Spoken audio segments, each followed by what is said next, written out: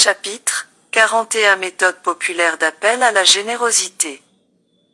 Nous voyons les églises d'aujourd'hui encourager les réjouissances, la gourmandise et la dissipation par des soupers, kermesses, fêtes et danses organisées dans le but de récolter des fonds en faveur du trésor de l'Église.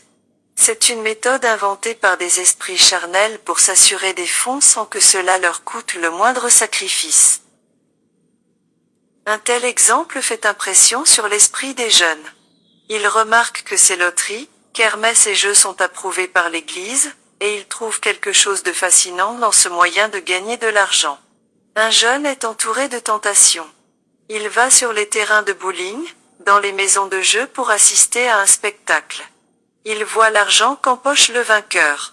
Cela semble passionnant et paraît être une manière plus facile de gagner de l'argent que par un travail assidu, qui requiert une énergie persévérante et une stricte économie. Il s'imagine qu'il n'y a pas de mal à cela, puisque des jeux semblables ont été organisés en vue d'obtenir des fonds pour l'Église.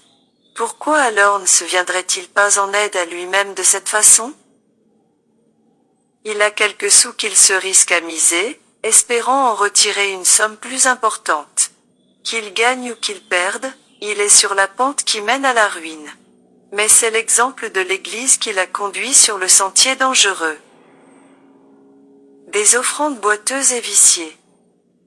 Tenons-nous à l'écart de toutes ces corruptions, dissipations et fêtes de l'Église, qui ont une influence démoralisante sur les jeunes et les aînés.